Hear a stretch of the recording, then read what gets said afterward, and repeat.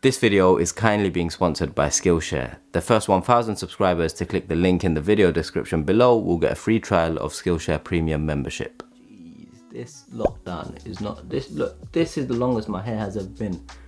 It is atrocious, and I can't get a haircut because of lockdown. But this is what we have to deal with, I guess. Anyway, what is going on YouTube? Welcome back to the channel. For those of you that are new here, my name's Afzal Hussein. Today we are reacting to a video, basically Vice. I'm sure a lot of you know about Vice. They do lots of documentaries. And interviews on like interviewing ex-gang members, ex-bankers, so on and so forth. And there's this one where they interview an ex-banker who was working in like banking pre-2008. I haven't seen the full video, but I think he was on the trading floor. I got this idea from Angela. Do check her out. She's slowly but surely growing on YouTube. Another creator, I think she's from New York, and she does content on like banking and all of that. So yeah, without any further ado, let's get straight into it. I was an investment banker for 12 years between 1996 and 2008. It's an incredibly secretive... 1996 to 2008. Back then, the world of banking, finance, trading, investment banking, asset management, hedge funds, private equity, all of that was completely different to what it is in this day and age. There's a lot more regulation, bonuses, pay, all of that has changed. The culture has changed heavily, especially in this day and age where the world is more, I dare say, sensitive or more focused on important issues than it might have been previously. It's more politically correct, so on and so forth. And so a lot of what you're going to hear in this interview is from the lens of someone that worked back in like the Wolf of Wall Street days, so pre-2008. The world, no one really seems to understand it. I thought it was about time someone explained what really happened.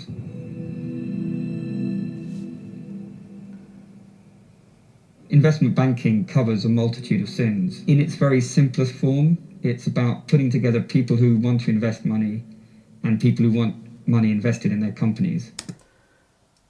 Pretty simple way of explaining it, yes. Investment banking, you are raising money for companies, institutions who need money.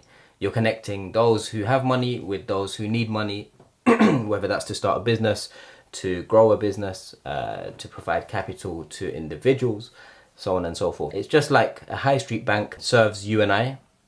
Banking is the same thing but on a larger scale, and that applies to like investment banking, asset management, sales and trading. You're the middle person connecting buyers and sellers, or those in need of one resource with those who have that resource. And we're in the middle, taking a huge slice. Important, yes, you take a huge slice. You take a fee for your services. No one else can do it as good as you or the corporation you work for, and that's where you can take a premium. That's why you can charge X amount of fees. Just as any entrepreneur, business, what have you, you get compensated for the value that you add. Been to a decent university. I could also bullshit with the best of them, and that is an important aspect of any job in the city. The city is a place that rewards bullshit probably more than any other career. I want to say that's kind of true, because a lot of people, look, as salespeople, you're going to meetings and your job is to sell products that your company has to offer. Now, you can't say you believe in every single one of those products because, you know, it's very rare. Like even the best firms won't have, you know, a suite of amazing products. And so to go and pitch products that you rarely know much about and then you read up on, and then you have to kind of pitch that whether you believe in it or not, you know, it's kind of BS. End of the day, you're thinking about your progression, your bonus, all of that. So you're incentivized to close the deal. I couldn't believe the amount of money I was earning. Within about 4 years, I was earning 120 and my bonuses were getting up to 300.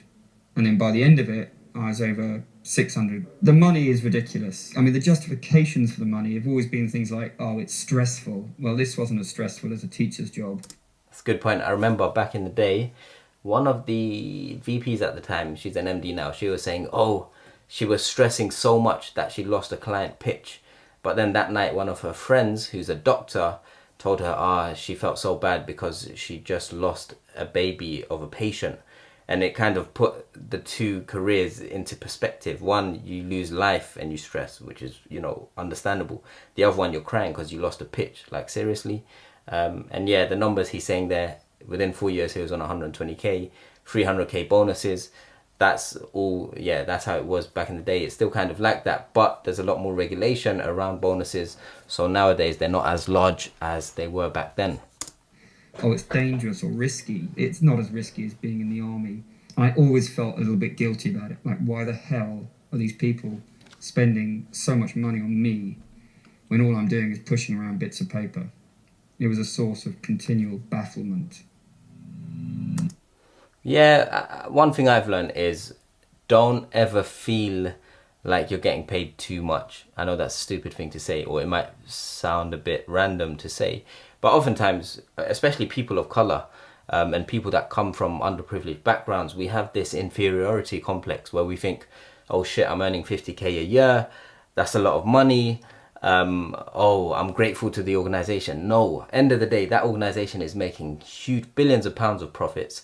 Your seniors are getting paid so much more than you. Your peers are probably getting paid more than you. Typically, working class individuals in the city tend to get paid less. Typically, if you're from, you know, if you're a person of color, you're going to be getting paid less, whether it's your bonuses or salaries. Those are the facts. And so you don't ever feel bad, or don't feel like you're grateful that your firm is giving you the pay that you deserve. Hey, before we carry on, I need to introduce today's video sponsor, Skillshare. Skillshare is an online learning community with thousands of classes for curious and creative individuals. In fact, I've had a Skillshare account for over a year. I've banged out so many different classes, and I've actually created 4 classes of my own. I've made classes on creating the perfect CV or resume, creating a strong cover letter, the different divisions of an investment bank, and what exactly is asset management. In addition to my classes, there are tons of classes on Skillshare that you can access to learn about creativity, design, marketing, public speaking, editing, you name it, there's probably a class on Skillshare to check out. For example, my editing, some of you might have noticed, has improved, and that's because I took a course on Skillshare that helped me improve my Final Cut editing skills. The great thing about Skillshare is that it's curated specifically for learning, and so this means there's no ads throughout any of the classes. In addition, one subscription allows you to access all of the classes on the platform, and there are thousands of classes. Best of all, creators like myself are creating new premium classes every so often. My latest class is a class on asset management. I released it last month, and it's basically for any student or graduate who wants to break into fund management or asset management as a career. Skillshare Premium is less than $10 a month with annual subscription. The first 1,000 people to hit the link in the video description below will get a free premium Skillshare trial, so you can access all of the classes that I've mentioned and any more that you wish. And it goes without saying, you can cancel at any time, so you won't spend a penny if you don't want to. Now that's done, let's get back to the video. Cocaine is the perfect drug for bankers because it is expensive, it's glamorous, it's something that can make you talk even more bullshit than you normally do. It gives your already inflated ego an even bigger puff. It used to be a core part of my strategy for getting clients on board. Interesting. Look, I was never involved in the drugs. I never saw it too much. I was in asset management. I wasn't in the investment banking division. I'm sure it does happen, obviously. I'm sure it used to happen a lot more back in the day. But look, in most elite industries, like nowadays, look, a lot of people are microdosing. Drug use is becoming more normalized as time goes on.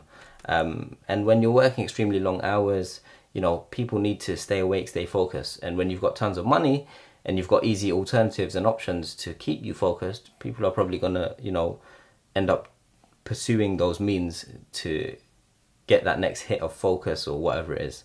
We both had something on each other. I could lose him his job, he could lose me my job. You know, I used to come back from like an all-night bender, go straight into the office, and I'd have to go on the mic in front of 200 people on the trading floor. One of the very first major presentations I ever did. I was doing it and suddenly everyone started giggling and I was thinking, what the f*** is going on here? So who's on the trading floor? So it's trader, salesperson, researcher, whatever. Trading floor, different from the investment banking division. But broadly speaking, investment banking covers lots of different areas, right? And suddenly I saw this blood hit onto my white shirt. And I was like, oh my God. And I've got a massive coke-related nostril bleed all over my crisp white shirt. It's the perfect job for a psychopath. Interesting. That reminds me of, what's that movie? American Psychopath? American Psycho, that's it. You look at what psychopaths are, and I'm not talking about Hannibal Lecter here, I'm talking about actual, normal, everyday psychopaths. They are manipulative, they are often charming, they hate jobs that require serious qualifications. They are people who don't show remorse or have empathy. For example, if a company announces that it's going to lose 1,000 jobs... This guy seems, very well educated. He's very composed. He's talking about things that, make sense. He's clearly, he's done the job. He's realized, this job is messed up, or his experience doing this job is messed up.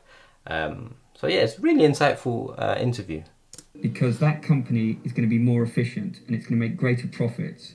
It's an industry that rewards psychopaths, and it's an industry that psychopaths thrive in. Insider trading happens all the time because people in the city aren't satisfied just with their six-figure salaries and their six-figure bonuses. They want more. Want to get even more money.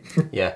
For those of you wondering what insider trading is basically using private information to benefit yourself. So for example, let's say because you work in an investment bank and you're working on a deal, or you're on the trading floor, or whatever it is, you have access to information that the general public might not have. And so you can use that information to invest in companies ahead of everyone else.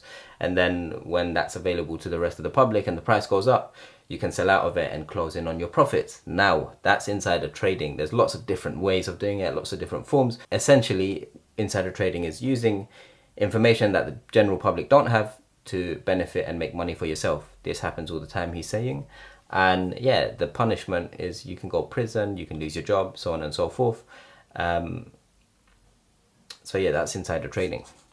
For example, during the financial crisis, there used to be rumours spread that this company is going bust, or that this bank is about to have to ask the government for some money. And by doing that, these hedge funds were exacerbating the financial crisis, making it worse and worse and worse. But they didn't give a because they were making a buck themselves, and they never got found out because they could always claim they'd heard it from someone else first. So it's one of the... This goes back to the whole, or the current, in February or January, GameStop, Melvin Capital, hedge funds and all of that.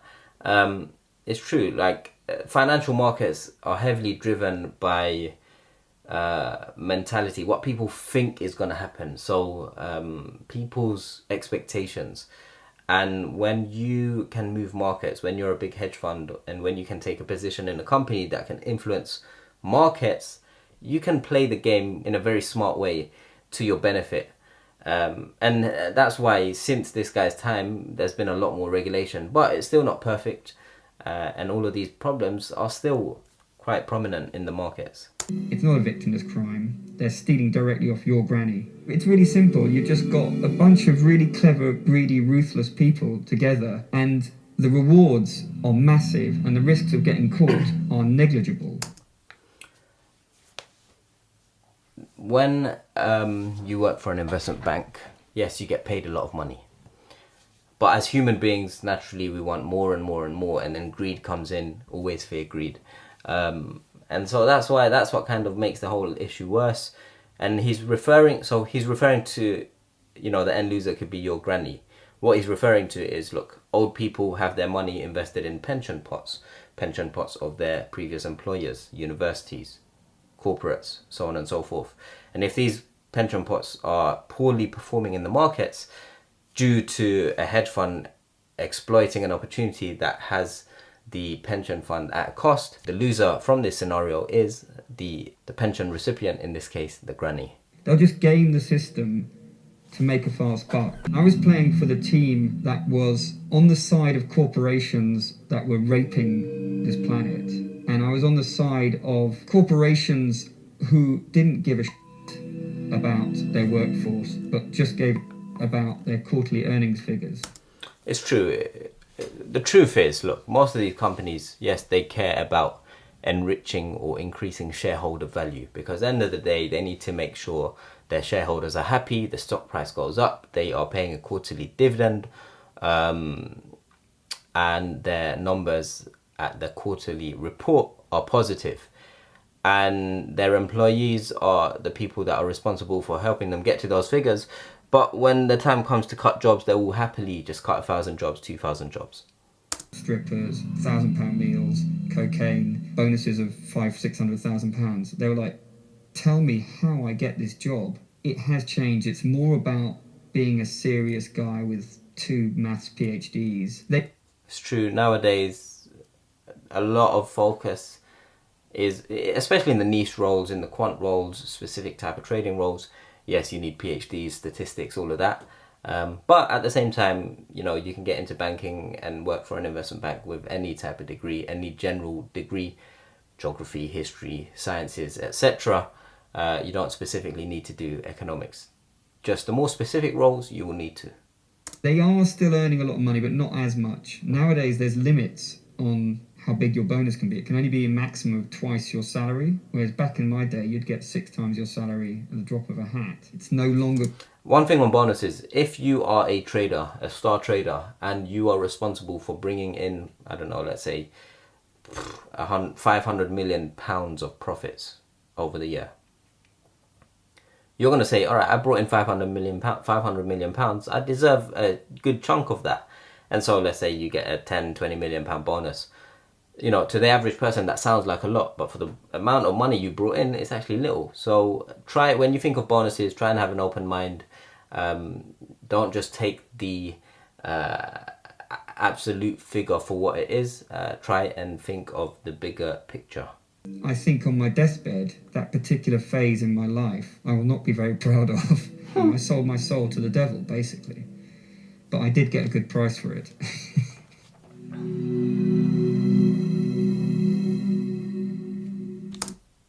The pregnant doctor tells the truth about COVID-19.